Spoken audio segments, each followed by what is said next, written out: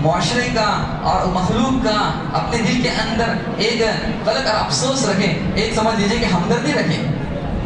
آج کوئی علاج کے لیے آ رہا ہے تو کوئی ہماری ضرورت کے ہمارے پاس لے کے آ رہا ہے تو فلاں شخص ہے تو اس کی ایک ہمدردی ہمارے پاس ہونی چاہیے، اس کی ضرورت کس طرح سے ہم پوری کر سکیں یہ ہمارے اندر جذبہ ہونا چاہیے۔ یہ سارے جو ہم علوم حاصل کریں گے، فنون حاصل کریں گے، تو اس کا مقصد کیا ہے کہ مخلوق کی ہمدردی ہمارے اندر آ جائے۔ آج مخلوق کی ہمدردی ختم ہو گئی ہے، بس کتنا مال ہم کو حاصل ہو جائے۔ یہ فنون جو اس وقت سمجھیے کہ مرتبے پر لوگ فائز ہیں، لیکن تو یہ یہی چاہ رہے کہ ہم کو کسی طرح کیا ہو جائے، مال حاصل ہو جائے، دنیا حاصل ہو جائے۔ مخلوق سے ہمدردی بالکل ختم ہو گئی ہے، حیوانات سے بڑھ کر ہو گئی ہے کہ حیوان کے اندر بھی کسی طرح اللہ تعالیٰ نے کچھ پیار ماہر رحم رکھا ہے، لیکن آج یہ ہمدردی لوگوں کے دلوں سے جن کے پاس بڑے بڑے علوم ہے وہ کیا ہو گیا، ختم ہو گئی ہے۔ وہ سب کچھ سمجھتے ہیں کہ ہم کو مال مل جائے، چاہے اس کی جان چلے جائے، کتنے بھی ہلاکت کے اندر وہ پڑ جائیں، اس سے کوئی سروکار نہیں۔ وجہ کہ مخلوق کی ہمدردی اس کے دل میں نہیں ہے، اس کو اللہ کو راضی کرنے کا جذبہ اس کے دل میں نہیں ہے۔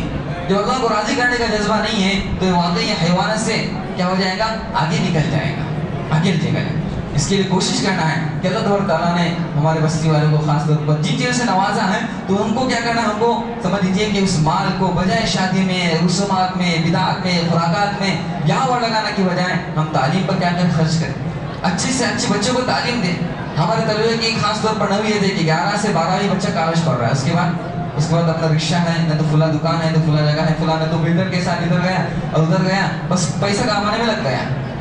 ابھی اس کی عمر ہی کیا ہے، 11 اور 12 پڑھا تو اس کی عمر سمجھے 17 18 19 سال ہو رہی ہے۔ یہ تو ابھی پڑھنے کی عمر ہے، 30 سال تک آدمی پڑھ لے، یہ تو اس کی پڑھائی کی زمانہ ہے۔ اس کے بعد اس کو قوم کے اندر کیا کرنا ہے، معاشرے کے اندر کام کرنا ہے، اللہ کے دین کی خدمت کرنا ہے۔ تو یہ جو اس کی پڑھائی کا زمانہ جہاں پر لگنا چاہیے تھا وہاں پر نہیں لگا، 2 سال گیا کالج کے اندر مزہ کی، اور پھر اب کیا ہو گیا، اب وہ چوری پر اتر رہا ہے، اب وہ ڈکیٹی پر اتر رہا ہے، اب نشہ کر رہا ہے، پورا گھرانہ کیا ہو رہا ہے، پریشان ہو رہا ہے۔ یہ گھر والے اب جو اپنے بچوں کو یہاں پر داخل کر رہے ہیں تو اس کی نگرانی بہت ضروری ہے۔ نگرانی نہیں ہو رہی، بچے سال 2 سال کیا کر رہا ہے، کالج کے اندر کیا گیا، کس سے پڑھا، کیسا پڑھا، کچھ پتہ ہی نہیں ہے۔